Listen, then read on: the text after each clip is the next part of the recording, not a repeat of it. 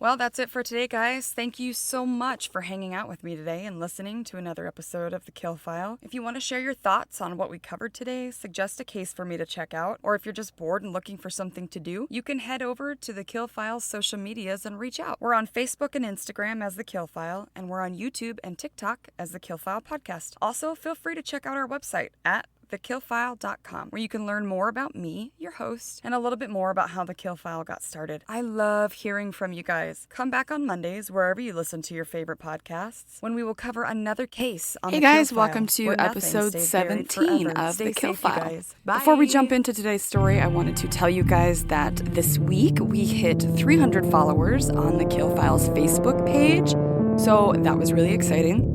Also, if my voice sounds like shit, it is because my lovely kids brought home some gunk and we have all been suffering for about a week. So I apologize for the sound of my voice. I'm just going to do my best.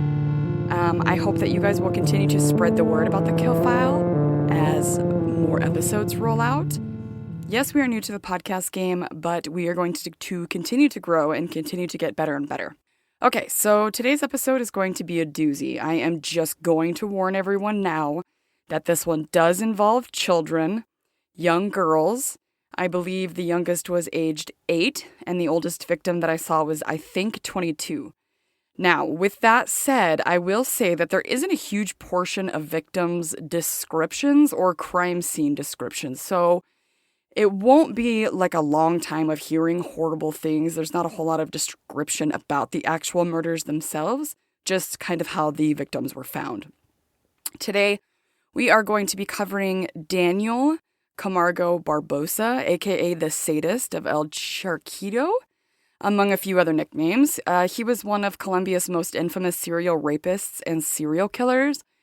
This story is wild. I read a book on Barbosa, which the book didn't really dive into the details of his crimes, but it did share some of the crazy stuff that happened around this man, and those are the parts that I just cannot wait to share with you guys. It literally seemed like a movie when I was reading the book, and it did not seem real, but I assure you this story is very real and very fucked up. So trigger warnings for today are going to be sexual assault and or rape on children and adults, as well as murder, description of corpses and remains, and all-around nastiness. This one is going to have some rough parts, you guys. I did my best to spread out the heaviness so they're not weighing on you for too long at a time. So, here we go. Daniel Camargo Barbosa was a man from Colombia who was born January 22nd, 1830 in Analema, which is in the Colombian Andes. Barbosa was said to have been born into a quote-unquote normal family. Barbosa's father was a man named Daniel Camargo Barbosa and was said to be the type of man who put work and business before his family, aka a workaholic of sorts. Barbosa's mother was a woman named Teresa Barbosa, and she was apparently Barbosa's father's second wife. Now, the biography I read said that he only had one sibling, which was said to be an older half-sister, and this sister was from his father's first marriage. When Barbosa was only 2 years old, his mother died, and unfortunately, because he was so young, at the time he had no memory of his mother, which is sad. And again, I say to you, and many people seem to feel the same way, it's okay to feel sorry for the child versions of these monsters. And you know what? It's okay to hate someone and feel bad for them at the same time as well. You feel how you feel. I personally love to research a backstory or history of these killers because I like to know the psychology behind why people do the things they do. Sometimes I believe murderers are made, and sometimes I think they're just born that way. However, I personally feel that people have to take responsibility for their actions or their urges as adults, and that they should seek help when they need to or whatever, because there's a lot of people out there who have had fucked up childhoods and they don't go around killing or raping or hurting people, so it's really not an excuse. Barbosa's father was said to be a man who didn't spend much time with his son. In fact, he was said to have not even given himself or his son much time to grieve by the time he remarried to a woman who was said to be obsessive named Dioselina Fernandez. I couldn't find out what exactly she was obsessive over or how that was known, but it was mentioned in the biography, and since she ends up playing a role in what Barbosa believed led to his psyche to be the mosh pit of disgust and despair that it was, I thought it was worth mentioning. Barbosa's father further isolated his son by avoiding most conversations with him, and also had the habit of calling Barbosa things like useless and a quote-unquote lost cause.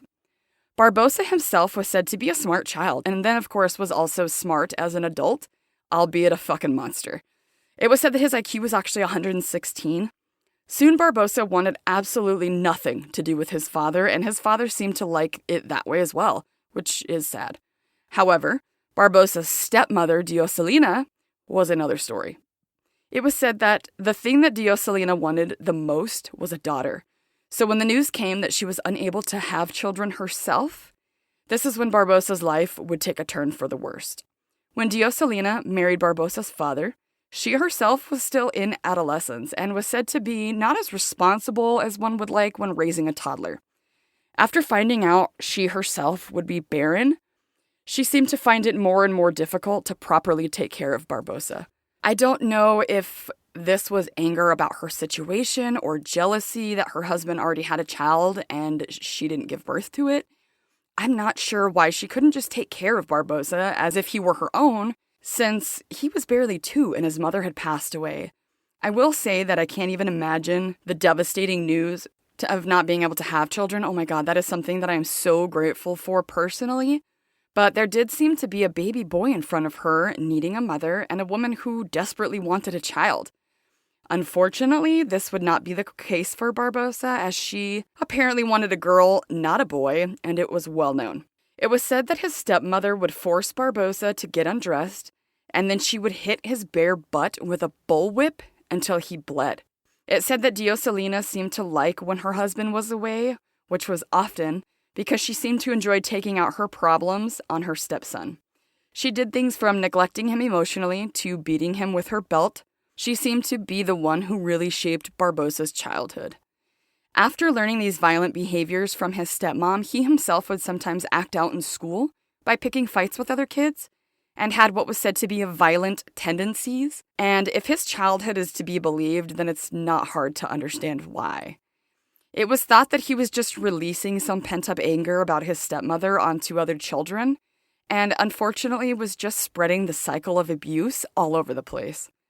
It was said that since Barbosa didn't get any positive attention from his father or stepmother when he did good things, he turned to violence for that attention. When Dioselina found out that his violent behaviors were going on at school, her punishment was to force him into women's clothing, and then she would invite his friends to come over to watch him be humiliated in this clothing, which is messed up on so many levels. Dioselina was said to have spoiled Barbosa's sister outwardly and to an extreme, which made Barbosa believe that something must have happened to his stepmother when she was younger to make her hate boys so much. And the fact that he realized this when he was obviously not an adult shows how smart he really was. It's also horrific that she would favor the sister over the boy constantly and then beat him. I would imagine that this would teach him to hate women, and so the cycle continues. She was incapable of showing the boy the love that he needed. Unfortunately, because of his stepmother's actions, Barbosa became the laughingstock at school and was constantly bullied by classmates. Even his own friends laughed at him, which is said to be, quote, an indelible stain on his masculinity, end quote. Indelible means to make a mark that can't be removed, in case anyone was curious. This is how Barbosa came to hate anything feminine and came to treasure his own masculinity more than anything else. At one point, Barbosa's father sent him to an esteemed all-boys Catholic boarding school in Bogota, which no one is sure if that was an act of kindness trying to distance him from his stepmother or an act of just distancing himself from his son further. In this school, Barbosa was excelling at his academics, as he was far beyond his peers, which impressed everyone but himself. Unfortunately, Barbosa was pulled from the school due to the economic hardship from the 10-year civil war in Colombia that happened from 1948 to 1958, and this was called La Violencia. Quick fact on this war, I looked it up because I am a history moron, and I read that this war was between the Colombians' Conservative Party and the Colombian Liberal Party. And it was also estimated that more than 200,000 people lost their lives during this war. So in an effort to help support his family, Barbosa was able to work a few door-to-door salesman jobs at companies like GE, Blotman, and Olympic. Barbosa said he realized people were stupid and gullible enough to let him in their homes if they thought that they were getting a deal on something. Soon after this time, Barbosa had started a relationship with a customer he had who was said to be on the younger side, although it didn't give her age in the biography. This woman's name was Alcira Castillo. And he was also said to have manipulated her into renting a home together with him after only a few days spent together. It seemed like a situation where he love-bombed her and was able to convince her to live with him after just a few wonderful days together. So for those of you who don't know, love bombing is a way to manipulate another person or try to influence them by lavishing them with affection and attention. I have heard this term come up so often lately, and I wanted to take a further look into the psychology of this for you guys, so I actually did a little research. So a psychologist named Elena Tiani, PhD, says on the website health.clevelandclinic.org that love bombing is a way to psychologically or emotionally abuse another person in this specific way. She says, quote, "Initially, you might feel safe, secure, and swept off your feet because grand gestures are a self-esteem boost and make you feel important and desired. But the love bomber's ultimate goal is not just to seek love, but to gain control over someone else. Over time, those grand gestures are an effort to manipulate you and make you feel indebted to and dependent on them." End quote. So it's a tale as old as time. We hear that some people who have been in abusive relationships say that in the beginning it was so amazing and it felt like a fairy tale, etc. And then somewhere down the line they lose themselves or control over their own minds and bodies, and then they end up somewhere they may feel stuck or can't get out of. So I'm real quick going to go through the 3 phases that love bombing tends to occur in. And this is just for our own curiosity and for any listeners out there that may have this happening to them and they're not even aware of it. Maybe these are some things that they can look out for. So the first phase is called the idealization phase, and this part is probably the best feeling one. This phase is when your partner would bombard you with excessive affection and love, and this is so that you will let your guard down. They make you feel so special and so wanted, and for many of us who didn't have a great childhood, the allure of someone seeing you and wanting you in that way could make it easier for us to fall prey to people like this. I am speaking from direct experience. The second phase is the devaluation phase, and this is once you let your guard down to your partner and start to get comfortable in your relationship, there may be red flags that start to appear. Your partner may try to control you in a variety of different ways. They may get upset when you make plans without them, or they may become downright demanding of your time and attention. They may also limit your time with your friends and family without you even realizing it, and they can go as far as gaslighting you into thinking that their behavior is normal. Sometimes, in the more severe cases, they may use fear and intimidation or even physical violence in order for you to behave the way they want you to.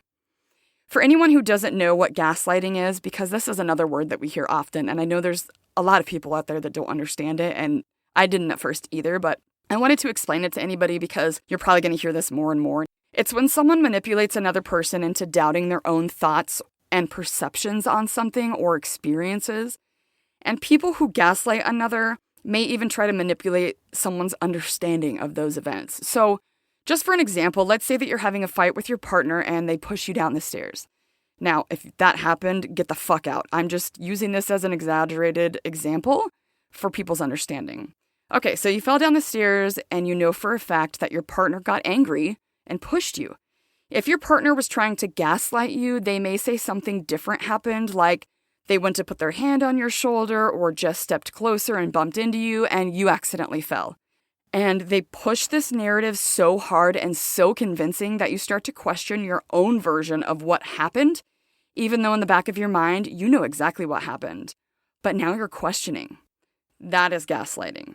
So essentially, it's like trying to convince someone that their reality isn't real and that what you're telling them is real.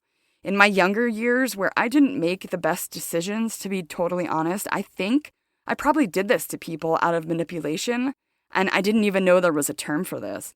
I feel like I was kind of a dick when I was younger. The reality is that I just had a lot of issues I hadn't dealt with.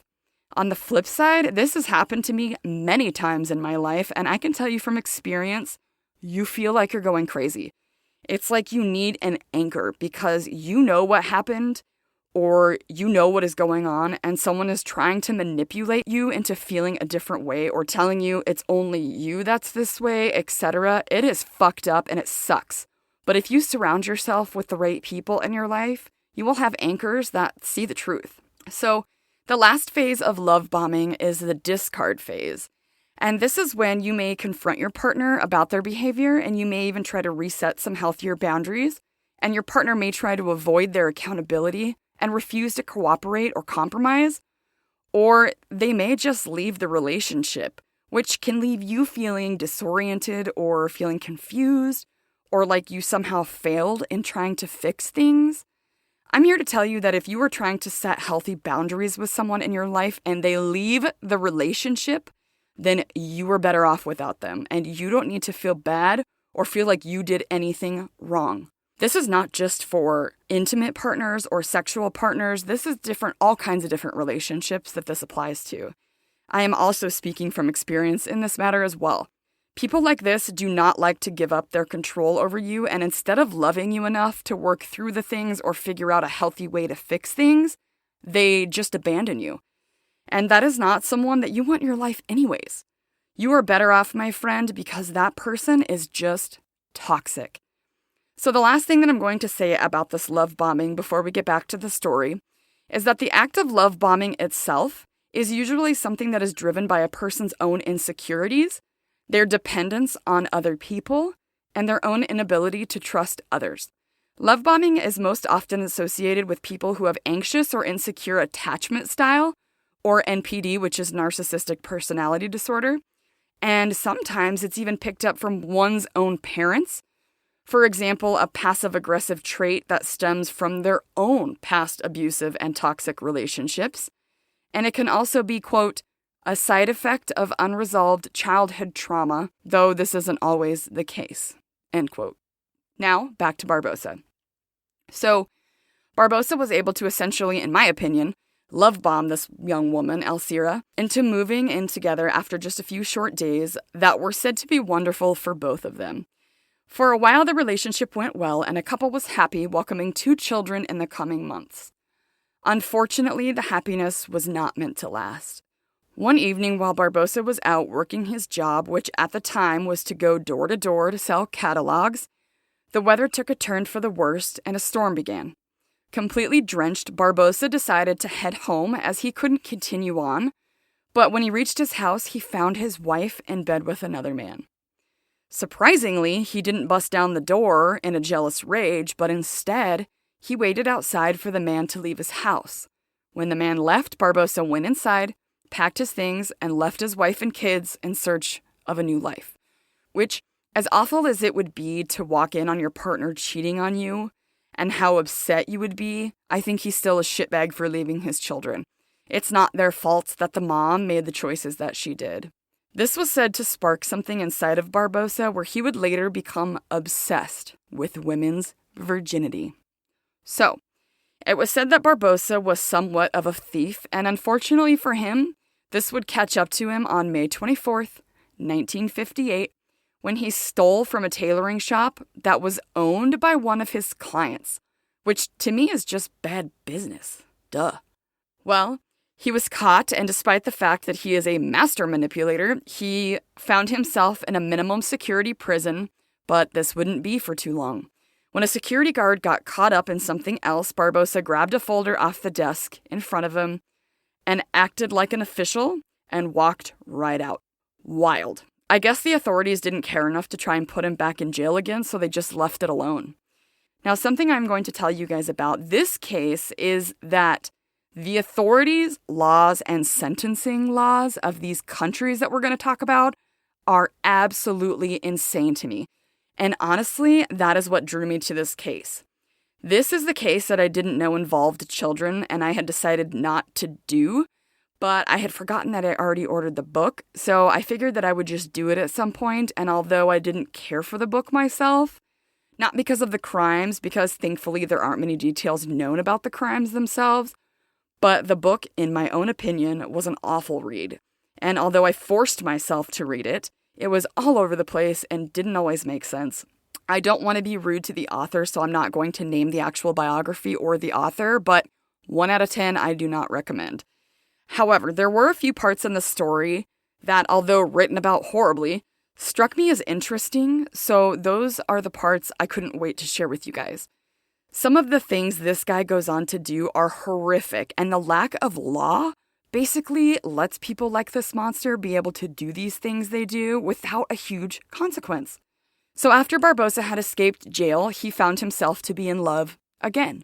This woman's name was Esperanza, aged 28, and let me tell you, she is the fucking Harley Quinn to the Joker that is Barbosa. They met while Esperanza was working at a drugstore in the Granada city center, which seems to be somewhat of a town square when I looked it up. Barbosa and Esperanza would go on to get engaged, but unfortunately when Barbosa found out that Esperanza wasn't a virgin, it brought back embarrassing memories from his younger years. In Barbosa's head, women were supposed to remain pure and save themselves for what would be considered the right man. To that, I say, fuck off, Barbosa. No one cares what you think. So Esperanza apparently did not share the same ideals as him, and Barbosa also found Esperanza in bed with another man, just like his wife had done. It makes me wonder why they both ended up cheating on him in their own shared bed. Cheating is definitely shitty, but I don't feel bad for this shitbag in the least. But it does make me wonder what he could have also been doing or not doing that made these women want to get some from another dude. It's interesting for sure. At this point, Barbosa threatened to end their engagement, which, yeah man, you should have in my opinion. But he also made her feel guilty for not being pure and not preserving what he thought was her femininity, which makes no sense to me, but alright. Speaking about this time in his life, Barbosa later on was quoted saying, "I hated prostitutes.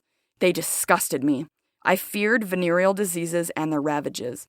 I wanted pure, virgin women." So after this, the biography said Esperanza was clearly a prostitute. But I didn't understand if they were just saying that this is what Barbosa thought, like to him she was a prostitute or sex worker for sleeping around, or if she was actually a sex worker who was given money for sex. It was confusing to me. Anyways, it went on to say that Barbosa himself was amazed at how strong his feelings for Esperanza were, even after finding out that she was a quote-unquote prostitute. Again, not sure if they mean actual sex worker, or if this is just what he called her as a term to slut-shame her. After battling himself for a while, figuring out what to do, he decided to stay with Esperanza because he realized her submissive nature to him was more important than if she was pure or not. This is when shit starts to get fucked up. So, since Barbosa couldn't let go of his love for Esperanza, he somehow guilted her into providing him with virgin girls, since she couldn't give him that. Like, what? Well, she was eagerly on board, unfortunately, and Barbosa seemed to like the sense of power that he had over Esperanza. So to show you guys just how fucked up this wicked woman was, the first 2 virgins that she was able to provide for Barbosa were a part of her own family. Yep, here we go. She invited to dinner her 2 younger sisters, and this is when she slipped sedatives that she had stolen from work into their food. It was said that they went into a deep coma-like state pretty quickly. While Esperanza smoked on the balcony, Barbosa was said to have his way with the 2 for hours. Oh my god, this makes me fucking sick. What a piece of shit, both of them. Those are your sisters, like what in the hell? So, Barbosa would basically threaten to leave Esperanza and never come back if she failed to keep finding and bringing him virgins. They would oftentimes use the same ruse to entice trap, and abuse young women or girls. So it was said that Barbosa would pretend to be a security guard at a store where he would wrongfully accuse these girls of shoplifting and he would stop them. This is the point where Esperanza would come waltzing by dressed in a blue uniform that looked like she was an employee of the stores. She would convince these women that if they would just come with her to the manager's office, then she could help keep them from being arrested. Halfway to the quote-unquote manager's office, she would make a quick stop to get them a few cups of coffee, seemingly telling these young women that this would help calm their nerves before they needed to plead their cases to the manager. Instead, however, Esperanza would slip some sedatives into their coffees. Then the biography went on to say that the girls would pass out about halfway to the couple's apartment. It didn't go into detail about how she would get the girls into her car in the first place. I don't know if they were just easily influenced under sedatives or what, but I was interested to know how this happened at all. Once the young women or girls were at the apartment, Esperanza would drug them further with sodium seconal sleeping pills, which is a barbiturate, and it's often used for insomnia, and it's actually what they give you to relax you a little bit before they put you under for a surgery. After the girls were quote-unquote prepped, she would then give them to Barbosa to do as he pleased. Ugh, it's fucking sick. So before morning would come, Barbosa would drop them off in front of their houses, and their families would find them utterly fucked up and raped. After a few months of this, and with a total of 5 young girls, the 5th girl, who was the age of 12 and was a very brave little girl, came forward and turned their dumbasses in. She had gone to the store with her aunt to buy a pencil when she was wrongfully accused of theft, and their regular routine started yet again.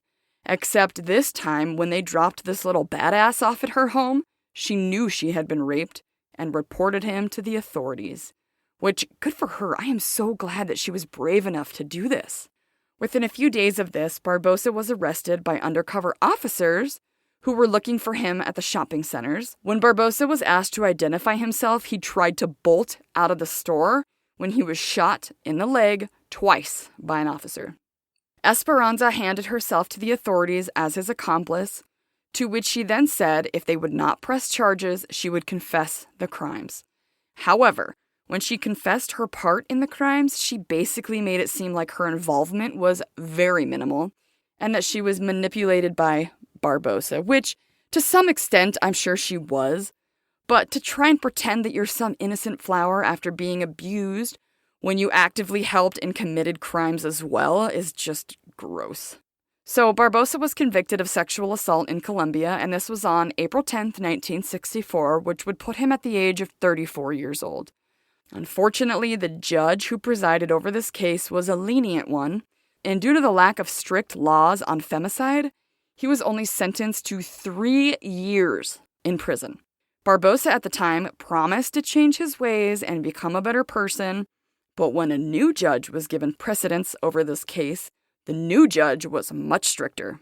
So this new judge was like, fuck that. We are not going to give this guy mercy. It would set the wrong example. And he gave Barbosa 8 years instead. Not great at all, but better than only 3 years, which is just insane. Apparently, Barbosa fancied himself a victim, and in his own head, he hadn't done anything so wrong to deserve this strict sentence. What? Barbosa was then released in 1972 after serving his sentence. I guess at this time, he was not only upset that his quote-unquote important years of his youth were wasted inside prison for what he thought was not serious enough, and this was said to cause hatred in his head. He was also pissed at himself for not killing his earlier victims, and this is when he decided that he would never leave another witness to his crimes. Which, don't get me started on the statistics of repetitive offenders, of rapists and sexual offenders in the first place, but here is a perfect example of how fucked up some of these people are in the head. Instead of learning from their disgusting offenses and turning a new cheek, he's like, no, the crime wasn't the problem here, getting caught was the problem. Well, now I know not to get caught again. Ugh, it's just so infuriating. I feel like anyone who gets caught with any type of sex act with a child should just be put away for good. Like, sorry you had your chance, but you're a shitbag, so prison for life it is. After his release from prison, Barbosa was said to go on to rape and strangle several girls aged 13 to 22. It was pretty evident, as psychologists would later interview and study his case, that Barbosa felt a different kind of pleasure in his twisted, fucked up brain after he killed his first victim. It was said at this time authorities and the public alike were all left shocked and feeling helpless when, quote, desiccated corpses started to show up in parts of the capital city, end quote. Apparently, at this time, the public was said to have believed there was some sort of vampire roaming around Bogota. Barbosa stopped himself for a little time when he found out that there was a special task force hunting him. He had no desire to be infamous. He wished to remain unknown and be able to keep raping and killing as he pleased. In just a few short months, Barbosa had raped more than 4 dozen women. It was at this time Barbosa decided to get the hell out of Colombia and headed towards Brazil to start a new life. He started this quote-unquote new life by selling little trinkets in some of the major cities of Sao Paulo and Rio de Janeiro. Now, unfortunately, Barbosa was not a stupid person. It was said that he was able to pick up the local language of Portuguese to keep the authorities off his trail there. I guess there isn't an actual legal record of his killings here, but due to his journal, we can conclude that he assaulted at least one woman during his time there. Barbosa would go on to be arrested in Brazil for being an illegal immigrant after a woman filed a complaint against him. While the authorities sent for Barbosa's criminal record from Colombia, it was delayed somehow, so they let Barbosa go but deported him back to Colombia. It wouldn't be long before his dark urges reared their ugly head and he was back to his old ways.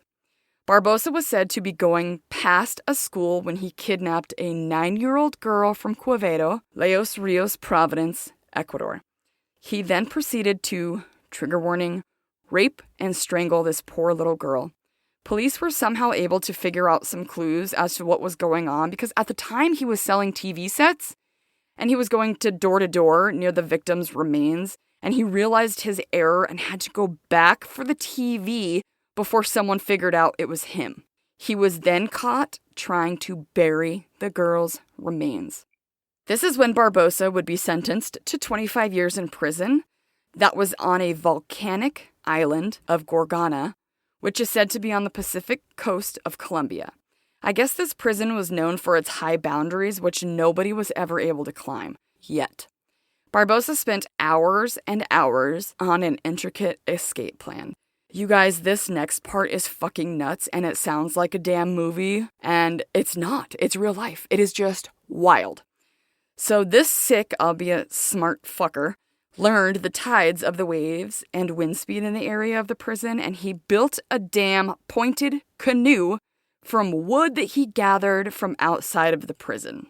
I have so many questions about this. Was he actually escaping to the outside of the prison to get the wood and hauling it back into the prison to build the fucking canoe? Why did no one notice that he was building this canoe? Or did they see him and just figure that he wouldn't be able to make it over the walls anyways? I understand this prison is on a volcanic island, but if I saw a fucking rapist child murderer building a damn canoe, I think that I would freak the fuck out and tell someone or burn the damn canoe. Like, what the hell? So Barbosa then learned the daily schedules of the guards, and when the time was right, about 10 years after he had been put in prison, he escaped. Yeah. So in the biography, it stated he, quote, broke out of the labyrinth prison and successfully landed his canoe in the water, end quote. Barbosa was able to live at sea for 3 whole days without any water or food until he hit the shores of Ecuador. What? Yes. This piece of shit built a canoe, escaped from a volcanic island prison, and sailed on this little canoe for 3 days until he hit land. I guess the authorities in Colombia did search somewhat for him until they decided that he had probably been eaten by sharks and they just gave up their search. So, Barbosa was now free to roam about the capital of Ecuador, called Quito. He decided to take on a different identity and dressed himself in an outfit of a foreign Protestant pastor. So I had to look this up. I wasn't sure what they wore, and to me it just looked like the clothes of a pastor or a Catholic father or priest. It said Barbosa at this time was selling ballpoint pens for some pocket money and slept on a bench at night. If some priest-looking dude walked up to me in the street and asked if I wanted to buy a pen, I would freak the fuck out. Get the fuck away from me with your pen bullshit. That is suspicious as hell. No thank you. You guys, don't be afraid to be weird or rude to someone in a situation that does not feel right. So many people are afraid to be rude to someone or afraid that they are misreading the situation, but fuck that. I would rather it be a misunderstanding than get snatched or killed. And if you find yourself in a situation that makes you uncomfortable in any way like that, then someone is fucking up. Look, for all of my men listeners out there, I gotta be honest. Dude, you gotta be careful with walking up on women fast or trying to compliment us in public. Like, when I get hit on, it annoys me first because I have a wedding ring on, and second, what the fuck about my face makes you think that I want to hear your creepy ass comments? I'm not saying that people shouldn't flirt with other people, but for fuck's sakes, like, read the room. Maybe I just attract the fucking nutbags, I don't know. Anyways, it's happened to me so many times, whether I'm alone or with my children, that a man will be walking fucking fast behind me while I'm walking to my vehicle out of a store, and every time I think they're gonna try to grab me or my kids. Maybe I'm just paranoid from being so obsessed with true crime, but I don't give a shit. It makes me very aware of how fucked up people are in the world. On a little side note, this is a funny little story. I was at a thrift store last week with my boys, killing time before getting our flu shots. And when we were in the checkout line, this guy was standing kind of close to us, so I looked at him a few times just checking out my surroundings. So I noticed him right away, and I kept making sure this dude wasn't doing anything weird, like I kept turning around and looking. Sorry, not sorry. I have my boys with me, and I will fuck you up. Anyways, we get checked out, and we are walking to the car, and all of a sudden, I feel people behind me.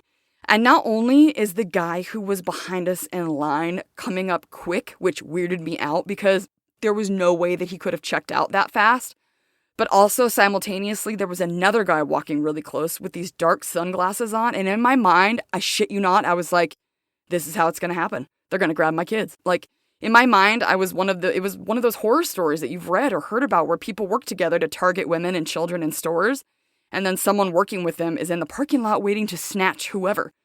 In my mind, these two fuckheads were working together and they were gonna grab my boys.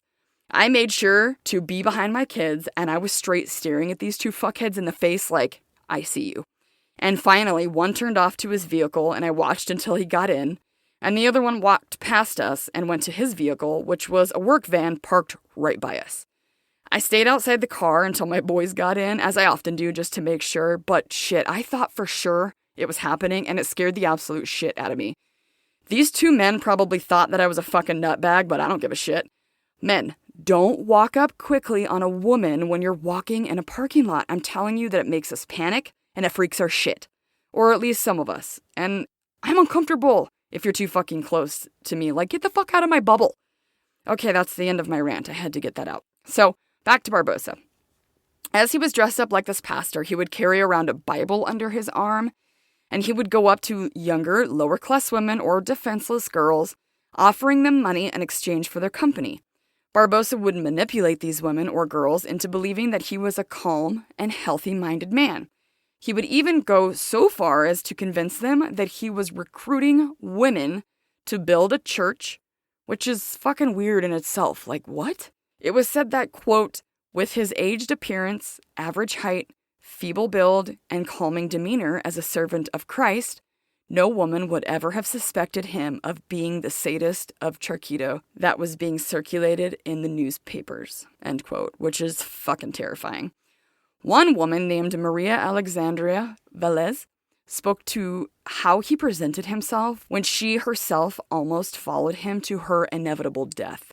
She said, quote, he seemed like a defenseless gentleman, very calm. He insisted that I should accompany him, but not by force. He inspired pity, end quote. When Barbosa was eventually caught, Maria was said to have been shocked to see his face on TV. Barbosa would not harm the victims who started to become suspicious of his intentions. while he was luring them into the isolated woods of Guayaquil. He would just leave the suspicious ones alone and go find young girls who were more gullible. God, I want to kick this sick fuck in his dingleberries.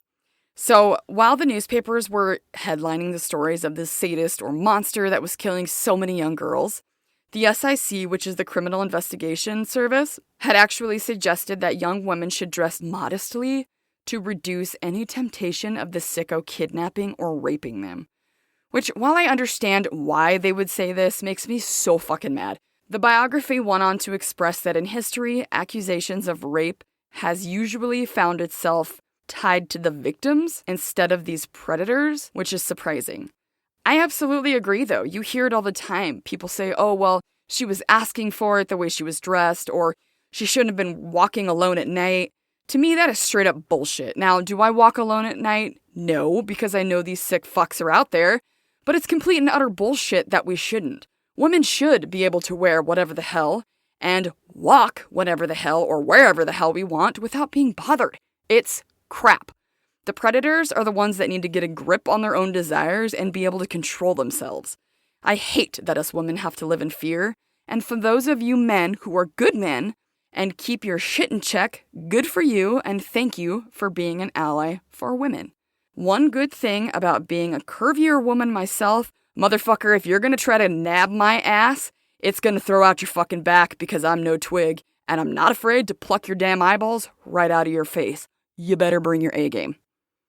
So, during this time, Civil Defense, which was in charge of giving care in the event of disasters, had advised schools in this area that so many kidnappings were happening to create evacuation plans. Now, it was widely known that a lot of the blame on his reign of terror was placed on the police and authorities, and their lack of providing justice for these girls' murders, and also their incapability to make an arrest. It got to the point where bodies were being found all over the place. One girl's remains were said to be found in January of 1985 behind the underbrush, and it was said that there was a ball of paper stuffed into her mouth to muffle her screams. Yeah. It was said that several eyewitnesses saw this girl holding the hand of the predator the day before. At one point, these worried and pissed off parents, sick of waiting for the authorities to capture this sick fuck, took matters into their own hands.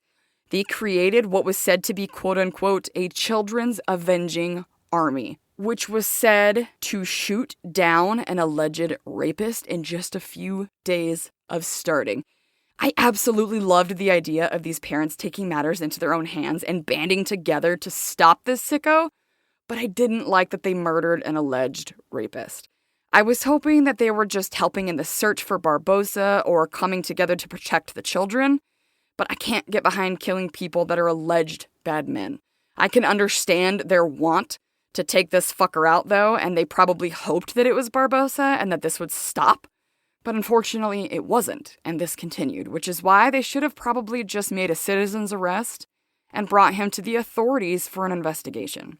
The body of the alleged rapist that was killed had a warning note attached to it stating their plans to get rid of several other criminals as well. The authorities found the task of locating and capturing Barbosa a tricky one, as out of 18 bodies that they had found, they were only able to identify 3 of them, given their awful states that they were found in. Of the rest, it was said, quote, the rest had been buried unnamed due to the lack of their relatives being on the lookout for them, end quote. I don't know if it means that some of the girls that were missing weren't reported, or if it just wasn't documented. I can't imagine parents and grandparents or guardians not caring if their daughter or loved one was missing, especially with what was going on out there at the time. It just doesn't make any sense, and seems to me, and this is just my opinion, but that the police work there was severely lacking. Still, it's sad to think that all of these young girls buried without their families or loved ones present. Barbosa would go on to rape and murder more than 50 girls in a 10-year span between December of 1984 until February of 1986. During the investigation of these missing girls, the authorities had a hard time trying to reconstruct the identities of the girls because the heat had broken their skin down, leaving mostly skeletal remains after the vultures had picked them apart. Some of the victims' corpses, which still had remains, There were signs of a struggle on them, and some were found with stab marks. There was one victim in particular, a 12-year-old girl named Gloria Andanova, and when her corpse was found, it was said that she was clutching a candy wrapper in her fist, which is horrifying to think about. But after some investigation, the wrapper was found to have 2 sets of fingerprints, Gloria's, and the other one was Barbosa's. It was at this time that they were able to go through print files and find a match to Barbosa's. So, his last victim, an 8-year-old girl whose name was Elizabeth Telpis, led to his arrest finally. It was said there was a patrol guard in Ecuador who saw Barbosa from a distance, noticed his soiled clothes, and saw that he was carrying a briefcase. When he stopped Barbosa to ask about documentation, Barbosa was unable to give anything to him. He was also nervous as he had just committed what would be his last murder. When the officer was able to get a better look at Barbosa's clothing, he saw that they were stained red. It was also said during this time that he was basically lured back out as the authorities devised a plan to capture him. A psychiatrist named Oscar Bonilla Leon was approached by the authorities for his help. He came up with a plan for the authorities to announce in the media that the murdering rapist had been identified. Then he told the authorities to choose 3 composite sketches that didn't resemble any of the suspects in the least. This would be a way to make Barbosa think that they were on other people's trails and that he could safely continue to rampage unnoticed, but he was wrong. During his arrest, they found on Barbosa a copy of Dostoevsky's Crime and Punishment and a pair of underwear on him. They used a word that I don't like, so I'm not going to say it. We're going to leave it at underwear. It was at this time that Barbosa was said to have calmly admitted to the murder of 72 girls over the past 2 years. Can you fucking imagine? He even led the authorities to where the remains of his victims were. Authorities noticed that there was not even so much as a glimpse of remorse on Barbosa's face during the entire process. In his biography, it stated it was evident that Barbosa, quote, had tried to punish them for showing infidelity and being antithetical to what a woman, in his opinion, ought to be, end quote. But here's the thing, these aren't women. These are fucking children. Most of them, anyways. By the way, antithetical, I don't know if I'm saying that right, let's just hope that I am, means contrast or like the opposite. These poor girls don't even have the ability to decide for themselves the type of woman they want to be when they grow up because they haven't even gotten there yet. Now, this part is particularly messed up. I just want to warn you, but I think it's important for us to get a sense of how sick this man truly was. And also, it gives you your first little peek into this man's psyche. When asked by authorities why he chose such young victims, he responded with, quote, a remark on them screaming the most during rape and his particular taste for it, end quote. How fucked is that? Like, I can't even, there are just no words to respond to that. So when a journalist had tried to book an interview with Barbosa for a newspaper story, he was told no. Barbosa wanted to exploit his infamy and asked for a ridiculous amount of money for an interview. So one journalist in particular pretended to be a psychologist and was able to get in to see him. This blew my mind because all they had to do was dress up like a psychologist and they were allowed in the prison to quote-unquote examine him? That's nuts. As for the particular styles of Barbosa's murders, while he was luring young girls and young women through the woods, he murdered them in various ways. I guess he was able to lure them by questioning young girls, and he would give them little presents like cash, candy, or pens. It was said the older women would falsely be promised a position at a church. Once they were entrusting of him, he would pretend to know a shortcut to wherever he was promising to take them, and this is when he would attack them. He would threaten them with sharp blades to their throats, and then he would attack and brutally murder them. He began with stabbing his victims, and then he escalated to strangulation, hacking, and slashing, which is disgusting. Usually, he would deliver the final blows using a machete. One woman threw a rock at his head once while he was raping her, and in response to this, Barbosa trigger warning, decapitated the woman and threw her head down a cliff. Oh, this man was brutal. There was also said to be times that he would pull out the organs of his victims, including their kidneys, their lungs, or hearts. Like, why though?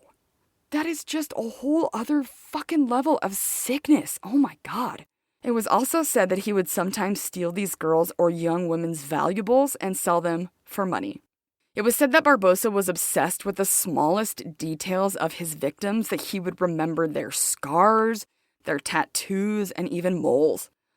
Being the crafty little shit that he was, he would carry around an extra shirt with him to these locations in case his clothing was stained after the attacks, which, after hearing the sheer brutality that this man brought to his poor victims, I think it was safe to assume that there was quite a bit of staining on his clothing, which is sick. He was also known to steal different phone numbers of the victims' families, and then he would, quote, tease them when the smell of blood was still strong, end quote. Holy shit, this man is straight up psychotic. This reminds me very much of the Golden State Killer. He would also call after attacking his victims just to torture them by creepily whispering that he was going to kill them. It was, if you've ever heard those tapes, you know exactly what I'm talking about. You can't unhear it. Just for the sheer pleasure of torture, he did this. It mentioned in Barbosa's biography, but I think that we could all figure this out ourselves, but that this man was a sadist. It would be the psychiatrist who came up with the plan that finally caught Barbosa that would give the investigative interview to him. As the investigation gradually moved forward and Barbosa let his guard down a bit, the psychiatrist was able to see that Barbosa blamed women and further his victims for their own demise. He laid blame on them for wearing skin-tight dresses and suggestive walking, which he said would provoke him strongly with feelings of desire and hatred. The psychiatrist noticed that Barbosa didn't say one word to the fact that so many of his victims had been very young girls who didn't even have the concept of sexuality yet. So he's completely full of shit. He seems like one of those people who puts the blame on everyone else but themselves and tries to twist the truth for sympathy from others. He seems, this is just my opinion, very narcissistic to me. He told the psychiatrist that he knew these types of women would never want him. He said they looked down upon him because of his dirty clothes and his low social position, and this made him want to subdue the women so he could remind them of their, quote, place beneath him. Like, what? Barbosa went on to deny that he was misogynistic, but saying that he never felt sexual urges towards women who were covered up. He stated they made him feel respect. I fucking hate this guy. During his trial, it was said that there was an angry mob in front of the courthouse screaming that they wanted Barbosa dead, to hang him and to not defend him. And I can't blame them. They ended up guarding him with 25 armed officers, and these officers carried rifles, submachine guns, tear gas, and several dogs to protect his life. During the trial, the defense used what we call here in the States as the insanity plea, and stated that Barbosa should live his life out at a psychiatric hospital rather than a prison. At the end of the trial, Barbosa asked if he could say a few words, and the judge hesitantly allowed him to do so, but made it clear he only wanted to hear the truth and no lies. The psychiatrist had made it clear in the biography that Barbosa was able to weave lies into his interview like it was nothing, but that the doctor knew he was doing it. Barbosa went on to address the court and people inside, saying that there was no cause without effect. He went on to say that he himself was suffering from a diminished capacity because of the trauma from his childhood, saying the notion of violence was normal. He also relays to the court that he is not connected with reality and declared that he was a sick man and called himself a psychopath. He stated that the hatred for him that his community had was understandable because of all of the harm he's done. I hate this. Do you see what I mean? By him being one of those people who tries to manipulate people into feeling sorry for him and that nothing is ever his fault. He said that he had spent this time while in prison pondering over his own life and stating that he began accepting cruelty as normal since a child. We know he's smart. I mean, obviously, he has to be one twisted sick fuck to do the things that he has done there. There's no doubt about that. But I don't believe him for 1 second. It's like he can't admit that he's just an awful human being or that he's made awful choices. He has to put the blame here or there or wherever he can. If it's not the women's tight clothing, then it's his awful childhood. If it's not that, then it's because he's sick or he's a psychopath.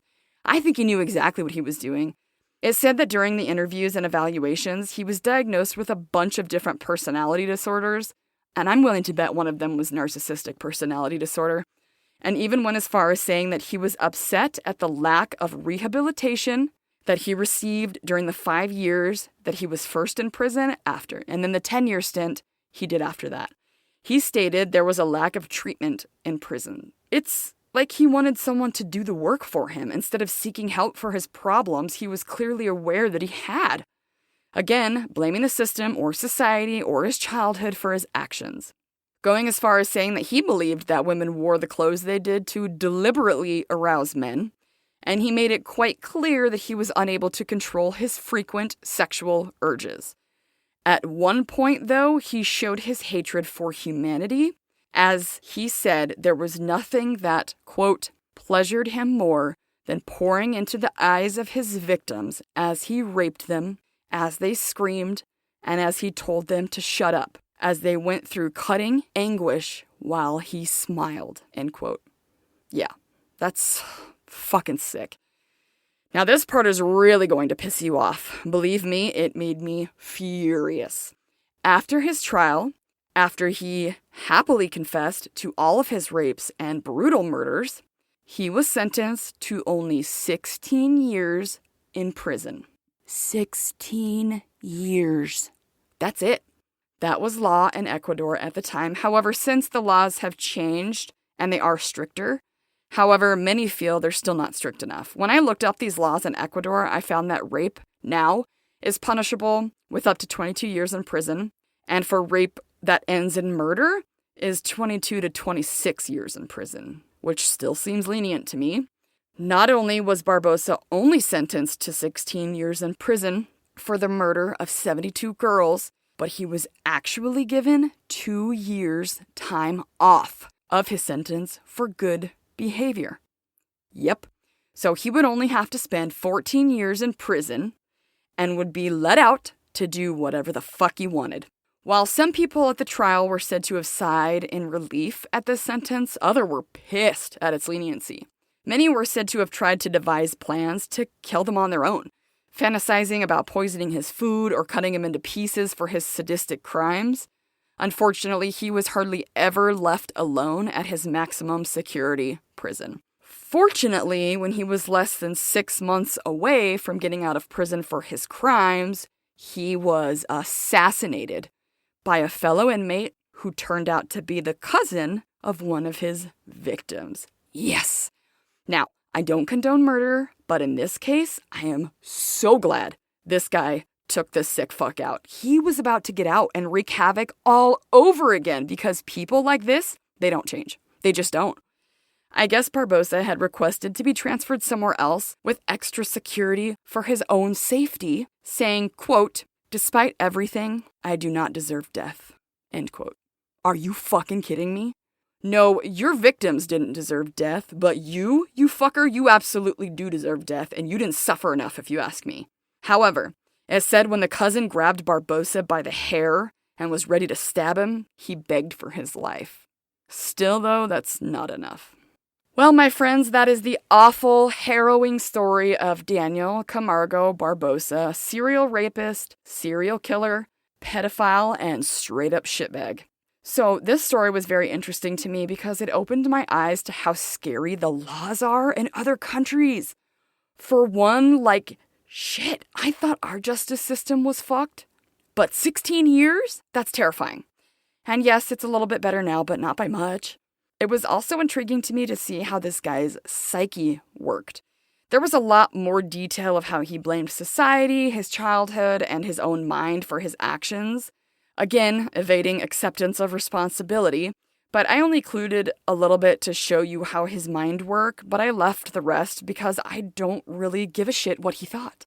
So yeah, I'm going to wrap this already long episode up by saying if you haven't already checked out the merch website, you should do so by visiting thekillfile.com and clicking Shop Merch. Or you can just visit the merch shop at thekillfile.printify.me/products.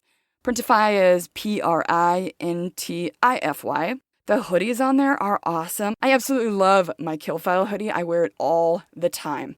There are some really cool stuff on there that you guys should check out. Also, if you guys want to suggest a case, you can do so on the website, or you can email me at thekillfilepodcast@gmail.com.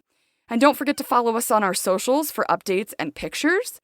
I'm actually going to get ready to post a little bloopers reel for you guys so you can hear just how much editing I have to do for every episode because I don't always speak very well. I will see you guys next week for another episode of The Kill File. Stay safe, you guys. Bye!